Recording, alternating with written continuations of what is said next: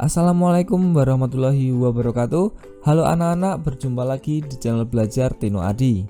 Pada kesempatan kali ini kita akan melanjutkan pembelajaran yaitu tema 6 tentang panas dan perpindahannya, subtema 3 pengaruh kalor terhadap kehidupan, pembelajaran kelima untuk kelas 5 semester 2. Jangan lupa anak-anak berdoa terlebih dahulu sebelum menonton video ini. Pada pembelajaran kelima di subtema 3 ini, materi yang akan kita pelajari yaitu materi Bahasa Indonesia KD 3.3 tentang menjelaskan isi teks penjelasan, materi IPA KD 3.6 tentang benda konduktor dan isolator, dan materi SBDP KD 3.1 tentang gambar cerita. Anak-anak, masih ingatkah kamu cara membuat bolu meranti yang sangat terkenal itu? Ya, adonan bolu itu harus dipanggang ke dalam oven dalam waktu tertentu. Oven adalah alat untuk memanggang kue atau makanan lainnya. Pemanggang atau oven itu biasanya diletakkan di atas kompor.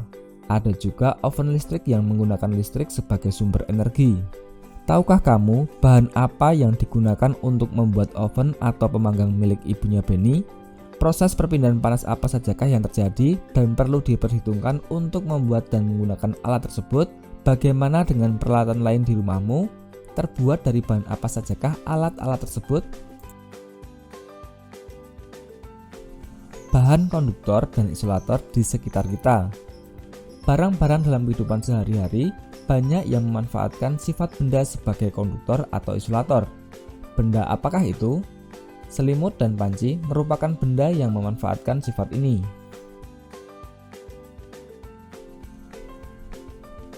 Selimut memerangkap udara. Udara adalah isolator sehingga tidak menghantarkan panas yang keluar dari tubuhmu. Dengan demikian, badanmu tetap terasa hangat. Jaket dan sarung tangan wol memiliki cara kerja yang sama, yaitu untuk memerangkap udara agar badan tetap hangat dan tidak kedinginan. Panci terbuat dari bahan logam, misalnya aluminium. Aluminium merupakan penghantar panas yang baik. Panci akan menghantarkan panas ke makanan yang dimasak. Ada bagian pada panci yang justru berfungsi sebagai isolator. Pegangan panci terbuat dari plastik. Plastik merupakan isolator sehingga kamu tidak akan kepanasan ketika memegangnya. Oven atau pemanggang juga menggunakan prinsip perpindahan panas secara konduksi. Dengan menggunakan bahan konduktor seperti aluminium, diharapkan panas dari sumber panas seperti kompor tidak keluar, sehingga panas tersebut dapat mematangkan kue atau masakan yang dipanggang. Pemanggang biasanya berbentuk kotak dan tertutup. Bentuk yang tertutup ini ingin memaksimalkan panas untuk mematangkan makanan secara merata. Mesin mobil dan motor terbuat dari bahan yang dapat menghantarkan panas. Mesin memerlukan panas untuk memperoleh kinerja mesin yang ideal. Mesin juga memerlukan energi listrik sehingga perlu bahan konduktor sebagai penghantar listrik. Dahulu, ketika listrik belum banyak digunakan, masyarakat menggunakan bara arang sebagai sumber panas. Arang hitam dibakar terlebih dahulu, setelah menjadi bara baru kemudian dimasukkan ke dalam setrika. Setrika ditutup dengan pegangan yang terbuat dari kayu. Biasanya setrika arang ini terbuat dari tembaga yang berat. Berbeda dengan setrika listrik yang digunakan saat ini, sumber panas berasal dari aliran listrik yang memanaskan kumparan di bagian bawah setrika. Agar panasnya sampai dari kabel listrik ke pakaian, maka pada alas atau bagian bawah setrika dibuat dari bahan logam. Sedangkan bagian pegangan setrika terbuat dari plastik yang bersifat isolator. Berdasarkan bacaan tersebut, kita dapat mengetahui isi dari setiap paragraf.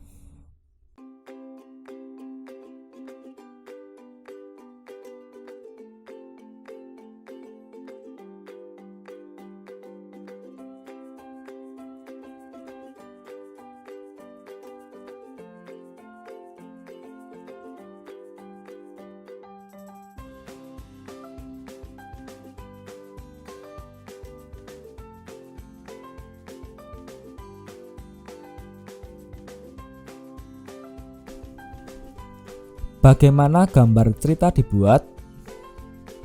Gambar cerita adalah gambar yang menunjukkan kegiatan orang-orang atau binatang-binatang dalam suatu peristiwa.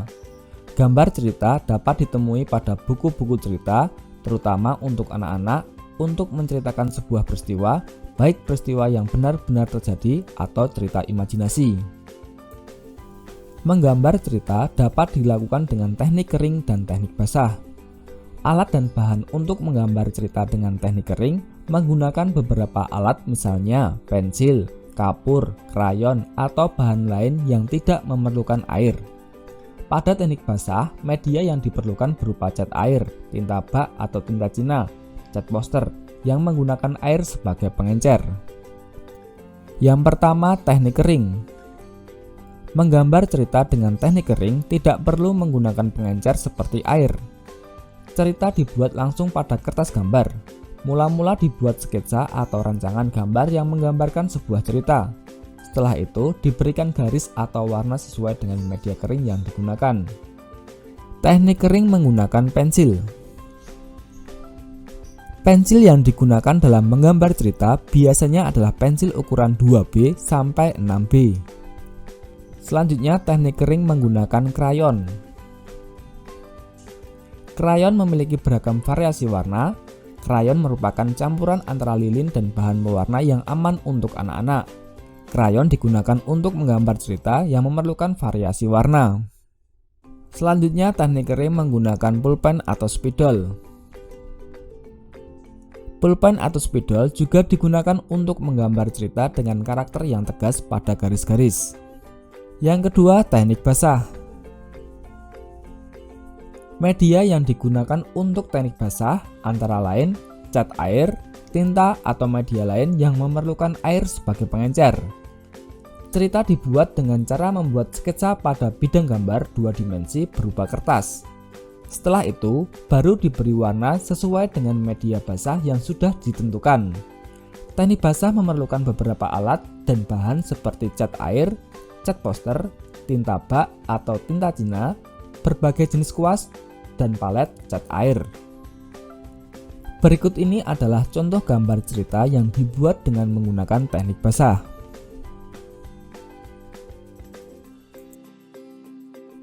Nah anak-anak, itulah pembelajaran kelima di subtema 3. Semoga bermanfaat. Tetap semangat belajar, tetap jaga kesehatan, dan jangan lupa bahagia. Sampai jumpa lagi dan terima kasih. Wassalamualaikum warahmatullahi wabarakatuh.